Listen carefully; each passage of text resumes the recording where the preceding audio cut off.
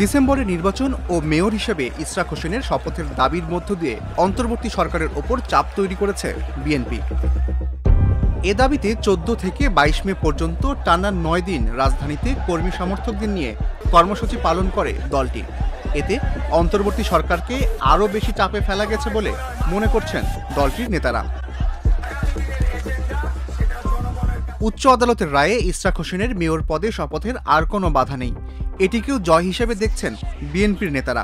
দলটির চূড়ান্ত লক্ষ্য আগামী ডিসেম্বরে জাতীয় নির্বাচন আদায়। এজন্য জুন মাসে ঈদুল আজহার পর রাজপথে কর্মসূচি অব্যাহত রাখার কথা জানিয়েছে দলটি। ২২ মে বৃহস্পতিবার বিএনপির জরুরি সংবাদ সম্মেলনে অন্তর্বর্তী সরকারের দুই উপদেষ্টা আসিফ মাহমুদ সজীব ভুঁইয়া ও মাহফুজ আলমের অব্যাহতির দাবি করেছে বিএনপি। একই সঙ্গে জাতীয় নিরাপত্তা উপদেষ্টা খলিলুর রহমানের অব্যাহতির দাবিও তুলেছে দলটি। সমস্ত উপদেষ্টাগণ একটি নূতন রাজনৈতিক দলের সাথে প্রত্যক্ষ ও পরোক্ষভাবে জড়িত বলে সবাই জানে ও বুঝে। উপদেষ্টা পরিষদে তাদের উপস্থিতি সরকারের নির্দলীয় নিরপেক্ষ পরিচিতিকে ক্রমাগত প্রশ্নবিদ্ধ করে চলেছে বলেই সরকারের ভাবমূর্তি রক্ষার্থে তাদেরকে অব্যাহতি দেওয়া প্রয়োজন। জাতীয় নিরাপত্তা উপদেষ্টার গতকালের বক্তব্য আবারও নূতন বিতর্কের জন্ম দিয়েছে। সরকারের ভাবমূর্তি রক্ষার্থে তাকেও অব্যাহতি দেওয়া প্রয়োজন হবে। চলতি বছরের ডিসেম্বরের মধ্যে জাতীয় সংসদ নির্বাচন না হলে অন্তর্বর্তী সরকারের প্রতি সমর্থন ধরে রাখা কঠিন হবে বলে মনে করে বিএনপি। এমন প্রেক্ষাপটে সরকার কি পদক্ষেপ নেয়, দলটির নীতি নির্ধারকেরা সেদিকেই দৃষ্টি রাখছেন।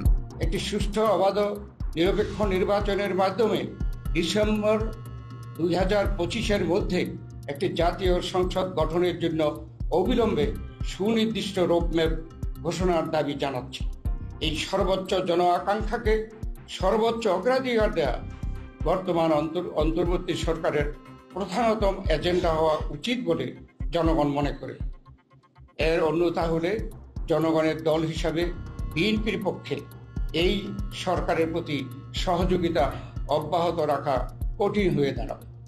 লিখিত বক্তব্যে বলা হয়, ফ্যাসিবাদ বিরোধী ঐক্যের স্বার্থে অন্তর্বর্তী সরকারের উচিত ছিল সর্বোচ্চ নিরপেক্ষ অবস্থান বজায় রাখা।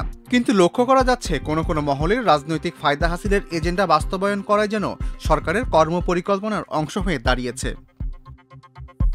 এদিকে ঢাকা দক্ষিণ সিটির মেয়র পদে বিএনপি নেতা ইশরাক হোসেনকে দায়িত্ব বুঝিয়ে দেওয়ার দাবিতে কাকরাইল মৎস্য ভবন মোড় ও এর আশপাশের এলাকায় অবস্থান কর্মসূচি পালন করা হয়। তবে ইশরাককে মেয়র ঘোষণা করে নির্বাচন কমিশনের দেওয়া গেজেটের কার্যক্রম স্থগিত চেয়ে করা রিট হাইকোর্ট খারিজ করে দেয়।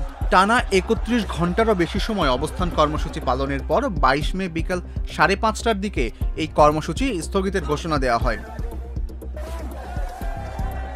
কর্মসূচি স্থগিতের ঘোষণা দেওয়ার সময় ইশরাক বলেন, হাইকোর্টের রায় শোনার পর বিএনপি সিদ্ধান্ত নিয়েছে আপাতত এই অবস্থান কর্মসূচি স্থগিত থাকবে।